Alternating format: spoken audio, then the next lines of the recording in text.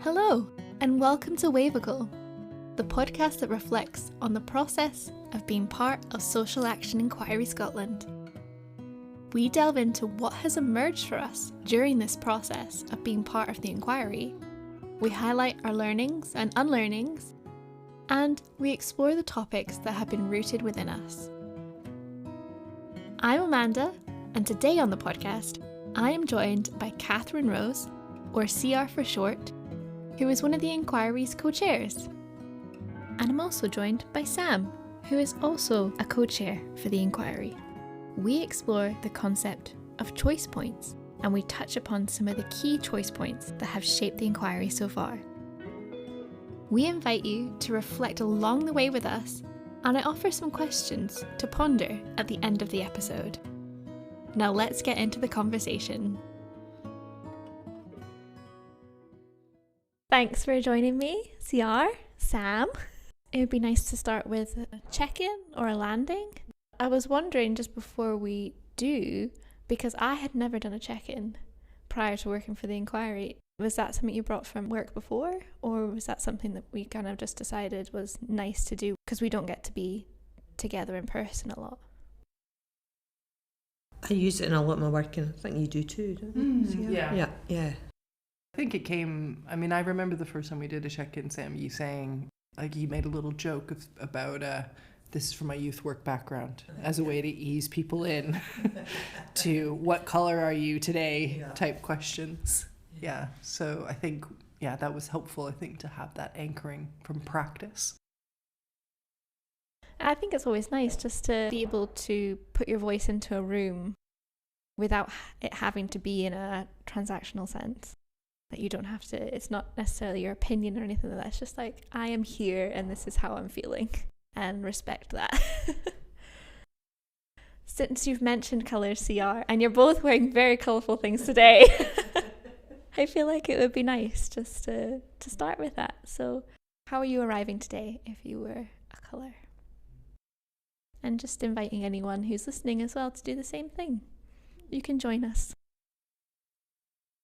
I feel like a bright green, like that spring green, because it feels like, although it's cold, super cold, it feels really fresh and bright, and the crocuses are out and the snowdrops. I'm feeling spring-like. I think I don't know, I feel a bit like a purple, I think, a kind of purple silver, and not totally sure where that's coming from.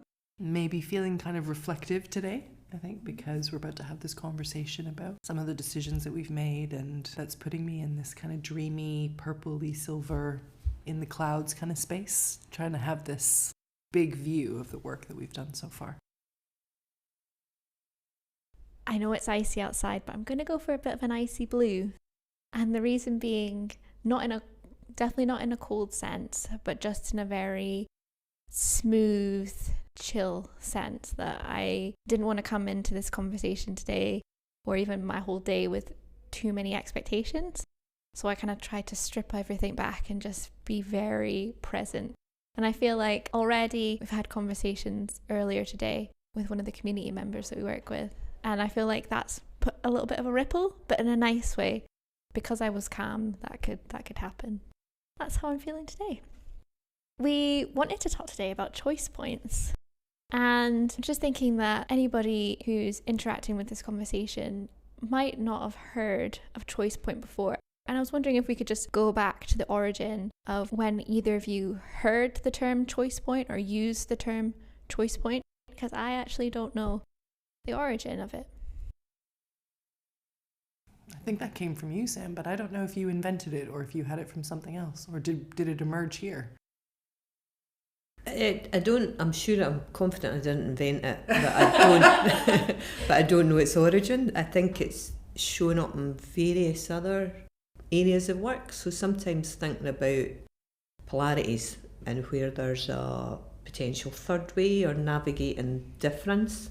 So it's bound to have been shown up with the work I do with Oasis, but I think with other places as well. So I'm not sure where I first heard it. It's certainly been around in my vocabulary for a while. I didn't create it. I love that. I think there's something, isn't there, about the inquiry involves us bringing in language or experiences from other parts of our work and other parts of our lives. So the first time I heard that term choice points was from you in this work. And I'm sure we talked about choices and making choices initially, and we made some big choices right at the beginning.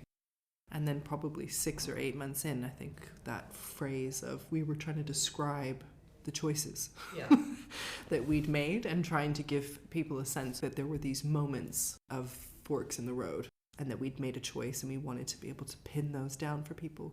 I find it such a helpful term rather than something about choice feels limited somehow, but choice point feels like something you could plot on a map and that it would be visual in a way or something that would help people to see there were options and different paths and navigations rather than choice A, B, C on a list. Something more organic. Yeah, and I appreciate it as well because it feels like there've been particular times we've landed and noticed there's forks in the road, so it has felt like a point in time and not points you could plot it because they occurred due to reflection and learning and what we were in. So if we tried to set out at the start to say here's where our choice points are going to be, that it would be very different. Really interested actually how that might have looked. Yeah. Because we definitely, I think we used choice points as a reflective piece, so it was about in conversation with folk reflecting back on where we'd been and the choices we'd made and recognising the points in time where they had been made. And thinking back to the first one that was really clearly identifiable for us was around that independent, interdependent. It came up really early in the inquiry and conversation with partners. Yeah, exactly. And I think that's something that we keep coming back to is quite a significant choice. But yeah, I suppose the context around that was that, yeah, maybe it's worth saying, that there were some decisions and choices that others will have made before we came into the process. Maybe worth signaling that anytime you come into a piece of work, there's always a context around you. And so in our case, there was a founding document that had a set of principles in it that described the principles of the inquiry, and one of those was that the inquiry would be an independent inquiry. And our assessment of that really early on, probably weeks, days in, was that doesn't feel right. It doesn't feel true to the reality of working in a complex system where you are in many interdependent dynamics and there isn't a space of true independence in that sense. Certainly not in the way that we were set up, which involves a funding relationship and other kinds of resources in kind being shared between the partners and us. It feels like it came from a really well-meaning place, so it was about partners not wanting to unduly influence in that sense of, we're resourcing this but feel independent to come up with what you come up with. And yet, in having that hands-off approach, it missed the complexity of it, and actually they're one of the bigger players in this system and why it was then so important to have them in.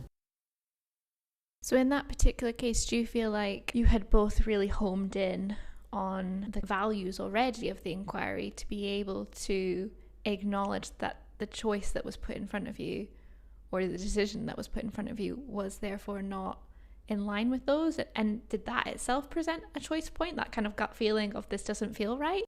Or are there other things at play when it comes to uncovering a choice point?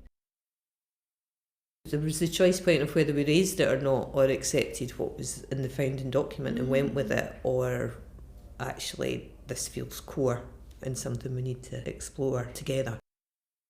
Yeah, I think that's true. I think we must have felt authorized as co-chairs to reshape, some of the elements of that founding document or some of the assumptions, perhaps. And I think we definitely felt authorized to ask questions, I think, about the assumptions underpinning the document and where it had come from and how it had been produced and how was the inquiry set up and why was it set up. I think those were all questions that we were asking at the beginning. So in terms of how do you come to a choice point, I think there's probably something about questioning. And I think there's probably something also about feeling authorized to be creative and shape things. You could be presented with a real choice that you could make rather than a false choice which you don't have power to do anything around. Tapping back into what you're saying, there was a mention of you have to be in a reflective space to maybe see a choice point. There has to be questions or constant questions that you're asking. there also has to be a level of authority that you can challenge that choice point. Am I hearing that right? I think there was dual authorisation, so there was ourselves self-authorising, and there also it had been clearly communicated that folk were up for exploring and learning. So there was a sense of partners of, you, let's explore this. So it wasn't like, here's what you have to do, go and do it. It was actually, here's what's happened so far, and almost like a handing over to shape it. So there was that. I think it feels like a two-way, being able to explore, question, not take things as fixed. Yeah, I mean, it's interesting. We're talking about that choice point about being interdependent. I suppose the interdependence is between the inquiry and the partners who set up the inquiry. Even the conversation about that was relational. So that two-way authorization, that required that sense of being open on both sides. Whereas I think there's probably other choice points, be interesting as we go on to explore, but some of the other ones, that might have been something that was clearer for us to choose just on the inquiry side. Whereas if you're inviting someone to be in an interdependent relationship, they need to agree that that's what they also want. And there was agreement, so we proposed it. Yeah, I think that's helpful to frame it as it was a collective choice point by the partners and us to step into interdependence. The inquiry is about social action. Do you recall any times when yourselves were doing social action or anyone you're working with doing social action? Are these the same ingredients that come when there's choice points there? Or is it slightly different in that situation? You know, because obviously we've got a different scenario being in the inquiry and having this interdependence with the partners. But what about when it comes to social action? Is that a different kettle of fish? Well, I feel actually there is interdependence, but it's not always acknowledged or agreed. And a lot of that's around different power dynamics. And whether others are willing to be in a relational space with you, whether they're looking for transactional space, will influence that. Going back to that question about values, I think there probably is an underpinning value in this work, in the inquiry's work, but probably previous work that I've been involved in or you've been involved in, Sam, that assumes interdependence, like that's a core principle and a core value. I don't see anything within the kind of complex space that we're working in around social issues, trauma, social change. These kinds of dynamics require, I think, always a conversation about how we're interrelated and interdependent, and how things on, actions and behaviors in one part of a system affect some other part, that there's always ebb and flow and connection between these things. So I think I just assume that. But I would say that probably in other parts of social action I've been involved in, there's something about the pace and maybe the urgency. There's something about this work which has allowed us to ask questions and actually work from a space of, it's quite generative, it's quite creative, it's not addressing directly an urgent need. And so I think there's something about, in some of the more urgent spaces of social action, I think sometimes that interdependence becomes very clear very quickly because you are collectively trying to address something. And some of those power dynamics become very clear very quickly. And maybe in this work we've been able to work a little bit more slowly, and we're in a very discovery space by intention. You're right in that, and most of the other social action I've been involved in is in response to. It carries a different energy. And there's often been about something lacking or missing, or a response to awful experiences that have created the energy around something, whereas this has been an exploratory space, seeking to inquire and look at and understand. So that slower pace CR references and reflective.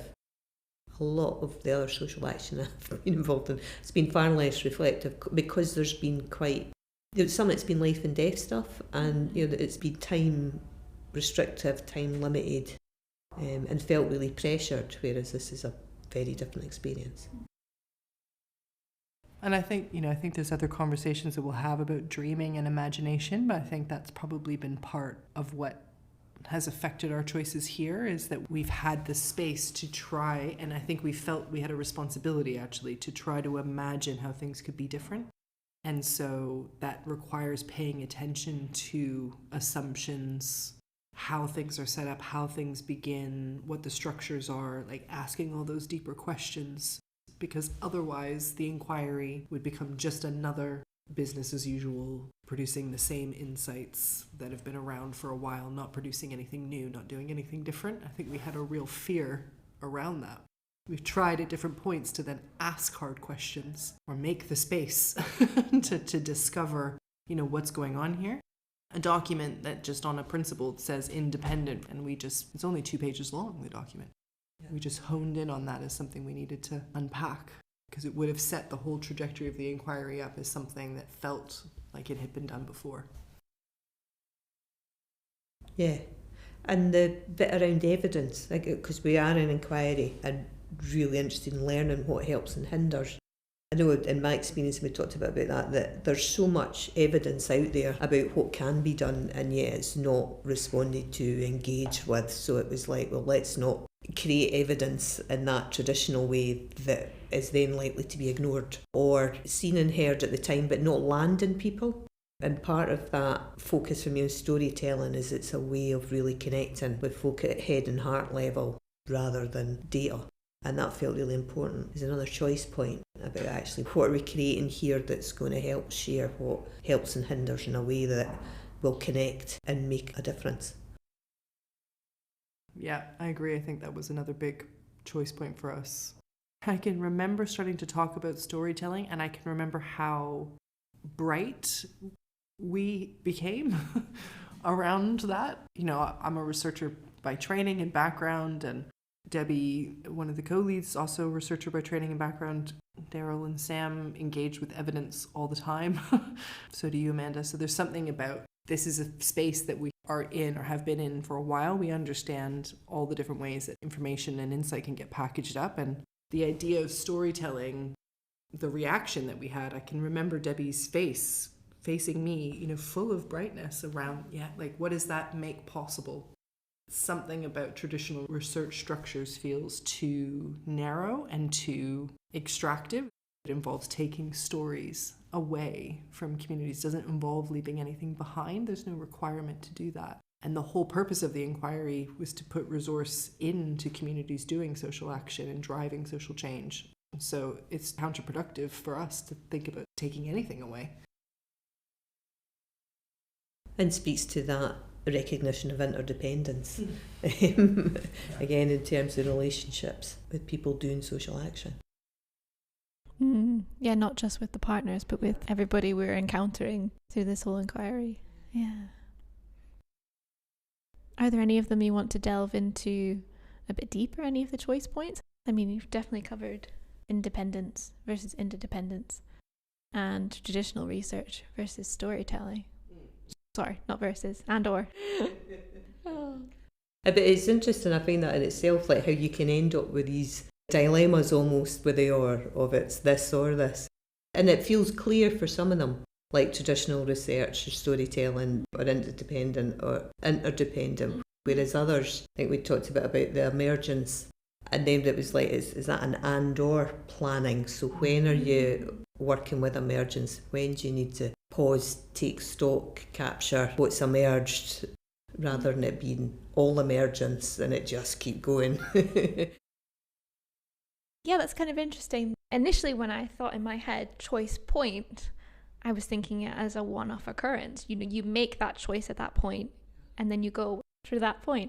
But it's interesting what you're saying there, Sam, about some of them are a reoccurrence that you have to continually go back to and say, now we're deciding to go to the other side of that choice for this instance.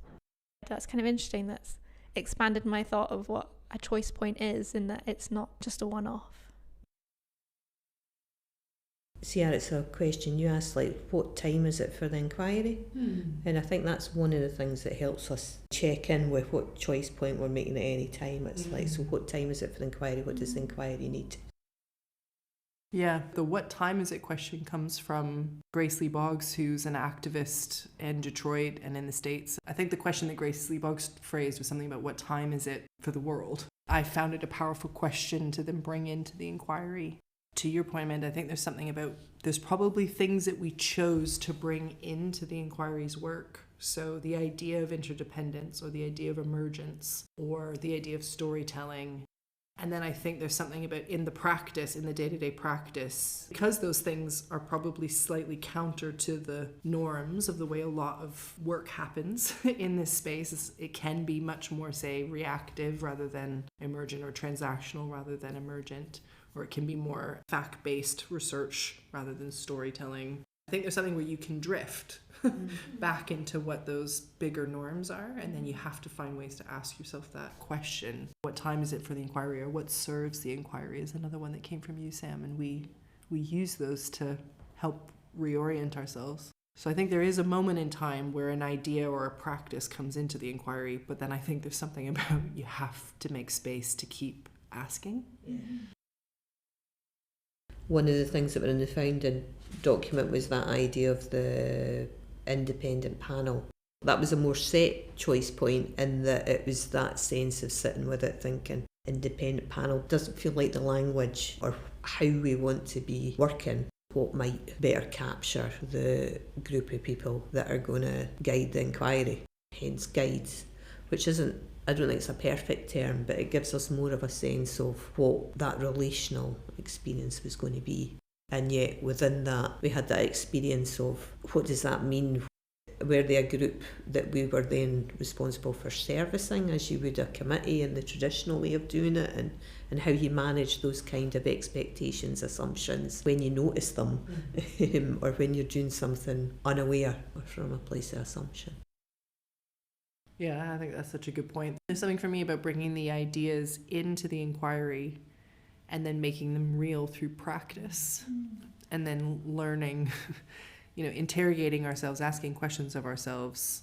Is what is emerging reflective of what we intended? For example, the idea about the guides, social action inquiry guides, feels totally different from independent panel for the social action inquiry. I think there was a lot of assumptions that were bound up in that language of independent panel. Something about a board or a committee, but also children's hearing panels. And that power dynamic didn't feel right at all for us. So we had a reaction actually to that, didn't we? But I think there's something for us about noticing we changed the language, and then we have learned and asked questions of ourselves about, did we change the relationship fundamentally? So it's almost like you only go some of the way by bringing the new concept in, and then you have to revise and go deeper. Has every choice point that's come up felt right for you initially? Or do you feel like some have needed more work than others? Or some you have challenged and we've created a different choice point? I mean, the one that comes to my mind, some discussion about the language of the social action inquiry, like the name social action inquiry.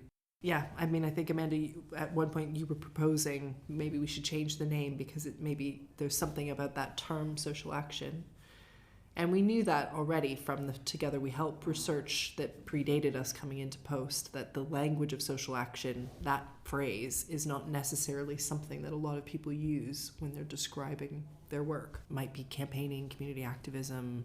There's any number of things that people say that get bundled up into this slightly abstract term of social action. We did have a choice potentially to rename ourselves partway through the inquiry. We chose not to because, in a way, it's interesting, the capacity that we had to probably think about how we communicate came in when you came into post, but you came into post partway through the process, Amanda. So I think there's something about some decisions got made before you came into post that if you'd been there from the beginning, we might have rethought.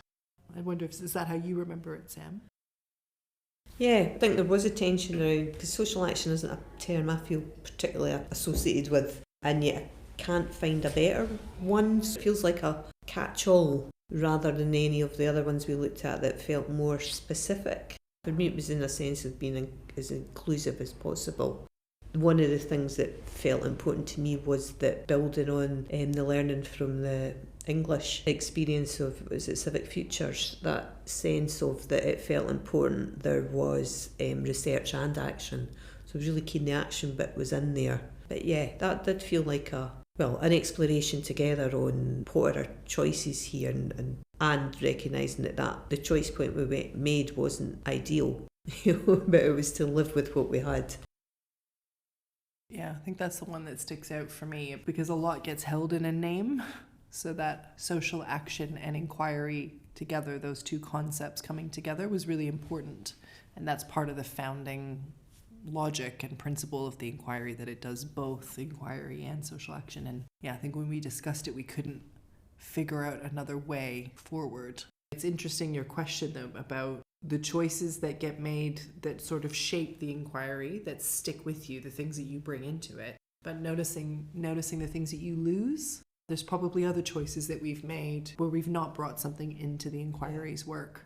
How do we keep our attention on some of those things? Because they're obviously now on the edges. There's some alternative reality with the social action inquiry where we have a different name. Yes. And there was some debate around, I think, because one of the things that was initially had been envisioned was having a big launch. And again, that sense of what can we do now that's most meaningful, and is it about a traditional launch or is it about conversations, and who are those conversations with? Yeah, that's a good one, yeah. Because I think we had a sense of, what serves the inquiry. I think we felt at the time that launching something, putting our capacity into launching the inquiry, who was going to be there, because we didn't at that point have any direct relationships with communities that we were going to be working with. So we would be launching the inquiry for other, stakeholders and that kind of wider network within the policy space in Scotland. And that would have been really good, but that's been done many times. And then a couple of years later, there's a launch event again with the report. And that's what we're all sort of used to attending. And it just didn't feel particularly meaningful or different. If communities doing social change and social action are at the center of this work, then they need to be the center of any event that we run. Yeah, and actually, timing-wise, we chose at that point to put the capacity we had into trying to get a different mix of guides to people that would naturally step into that role. The recruitment was really successful and we got lots of good applications, and yet not many from those wouldn't usually step in. So that was, again, a decision about actually who hasn't seen this traditional kind of call out, and then making the decision to use networks, relationships to identify others involved in social action that can bring a different lens into it. And we couldn't have done both at that point. And I think that's helpful to notice as a dynamic around time. That's been one of our big learnings in the inquiry. Anyone doing work where you're trying to shift the paradigm, and shift the conditions to make things, more equitable and fair, that is such deep work that takes a long time. And the inquiry was set up to run for just under 3 years. So we've had to make choices based on the timeline of 3 years and our actual capacity within those 3 years.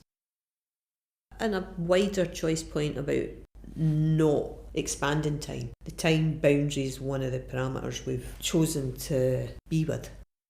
Yeah, exactly. As I think, again, that's another choice around, we've seen in lots of spaces kind of funded projects get extended, sometimes with more funding, sometimes with no cost extensions. And if this inquiry was treated like a project that had a deliverable, then had a kind of project timeline, which we would then extend, it would actually potentially keep it quite small. And there's something about saying this inquiry happens within the midst of many inquiring conversations in Scotland, and there will be more after this. And so we keep to the time boundary because we want it to be robust and meaningful within that time, and then end and model what a good ending looks like, and model what handing over and translating and transmitting and transforming looks like off the back of it, rather than that kind of petering out thing that can happen in a project where it runs on for 6 months or 18 months longer and the energy goes.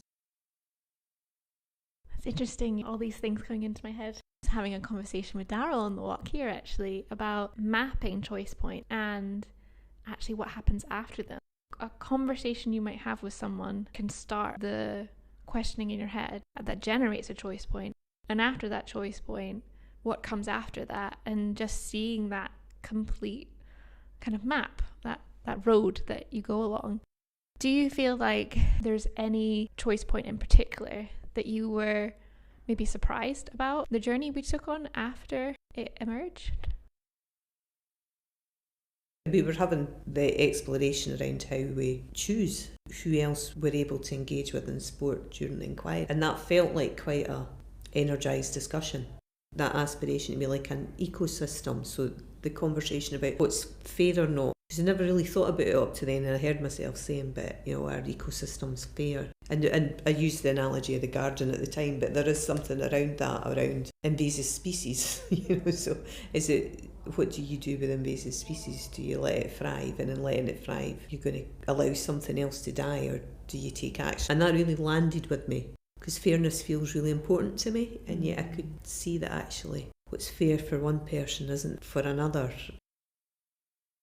Yeah, I mean, it goes back to the kind of choice around emergence. I think for us, around bringing emergence in means that we have moments of pause. The first phase of engaging with 4 communities felt right, and those 4 communities have stories that they're collecting and work that they're doing that they were already doing that we're kind of augmenting and supporting. But I think there's a tension in the inquiry always about, given the diversity of social action across Scotland, how many communities could we reasonably engage with to support and to bring their knowledge into the inquiry's work? And because we want to do things in a relational way, and we, these principles of being non-extractive, that means that those processes are slow. Realizing how much capacity and time had gone into creating the relationships around the first 4 communities, or we'd only be able to replicate it once, and it felt too small. And so trying to think of something else beyond. I think for me, the thing that I find most powerful is constraint can be creative. So realizing that we didn't have the capacity to do, another round with 4 communities and a third round with 4 communities, or a fourth round, like we just wouldn't have the time at all. In the inquiry, we would go past our end point. So then what do we do differently actually has put us into much more of a really exciting space, I think, of thinking about how communities can connect with each other, that we are not the intermediary for, and we don't facilitate or hold or control, which are all patterns, I think, in the existing system of somebody still maintaining some level of control and us deciding to have the least amount of control possible and the least amount of involvement in facilitation. And often presented in the guise of fairness, and everybody getting the same, as opposed to equity and people getting what they need. Exactly, which is why that garden metaphor helped us, I think, to think what is equitable. What's equitable in this decision? Yeah. For the audience of this podcast episode, do you have any offerings around choice points? Whether that be how to get into the mindset of uncovering a choice point, or maybe even the aftermath of a choice point. So there's something about being in the space to notice you have choices, and aliveness to that question around what am I assuming, what can I influence. Yeah, I love that. I think that's absolutely right. I think it starts with taking time to notice, but also taking time to think about our own power, within the work that we do, or in the lives that we live, that there are things that feel like they aren't choices because they're so common or familiar. I think the other thing for me is there's strength in coming to those choices and those discussions together. I think it's very hard on your own. Many of the choices that we've made, we've done as a double act, as a triple act, as like a larger group, where we felt shored up by having someone else's voice be in agreement with us about that, and having done the work maybe ahead of those harder conversations to think it through. Yeah, potentially think about any experience you have as self-authorising, and if not, what gets in your way. Super grateful to my parents for always putting me to question. I'm old enough that the belt was around when I was at school, and and I was always told, you don't accept it. If anybody tries to give you the belt, it's a no. So that rights-based sense of values, not accepting what's presented as the only alternative. I think there's something for us too about real values underneath a lot of the choices that we've made, and so having a sense of what your values are and making space to determine them gives that kind of deeper reasoning about why you're choosing something. The other thing I say is to make space to notice how the choice is playing out and checking in that it's really living up to the vision that you had. Choosing is the first step, but it's just the beginning. There's a practice, there's a something else that emerges once you make that decision, and it can quickly get pulled into other kinds of norms or a kind of status quo, or whatever language we want to use. It can get pulled away from how you intended it, and there has to be moments where you check in and have some accountability to yourself and to others. Well, I just want to say thank you to the both of you. This whole podcast series will give us an opportunity to sit down and have these conversations and expand on them. After having that conversation, how are you feeling now? And if you feel like you connect to a colour to represent that? I'm still purple, but it's that kind of very deep, almost like a brown, very earthy. I think probably because the conversation's been really reflective and deep, and I feel quite grounded. Similar vibe. Feel darker green, just in terms of more rooted, earth, connected. Yeah, I've definitely, I can't think what they're called. When you've got like a colour, it's not a colour wheel, but it's like a colour scale, and you flick it right to one end. I feel like my vibrancy has gone, like, from my icy blue has gone all the way up. I feel like quite energised by this conversation. It's just nice to hear all these reflections that are coming out. So thank you both again. Thank you. Thank you for joining us for this episode about choice points. I have 2 questions that you can ponder on in your own self-reflective time. And these are, what steps can you take to uncover some choice points in your life or in your work? And what is getting in the way of your self-authorization? Thank you again for joining us on the Wavical podcast. Our episodes are released fortnightly, and we can't wait for you to join us for the next one.